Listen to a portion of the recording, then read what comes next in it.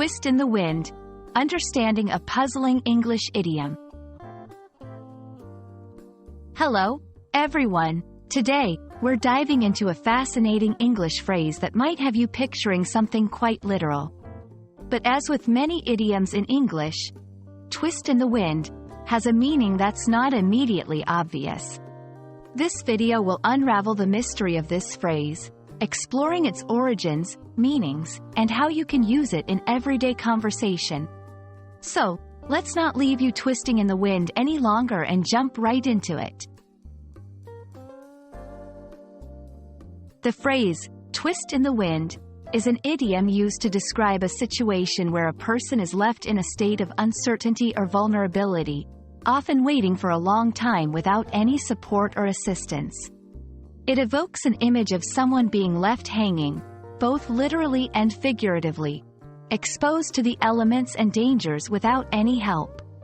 This idiom can apply to various situations, from someone awaiting a decision that affects their future, to being left to face difficult circumstances alone. Understanding the origins of idioms can be as intriguing as the phrases themselves. The phrase, twist in the wind, is believed to have originated from a grim context, possibly referring to the hanging of criminals where the body would literally twist in the wind. Over time, its usage evolved to metaphorically describe the feeling of abandonment or being left to fend for oneself in a difficult situation. It's a vivid example of how language can transform dark historical moments into expressions that capture the human experience.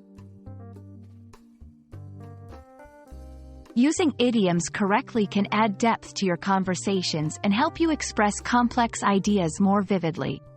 Here are a few examples to show how twist in the wind can be used.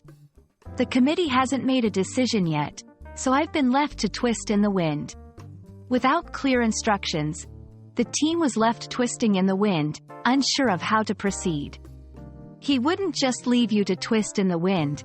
There must be a misunderstanding. Notice how the phrase can be adapted to different subjects.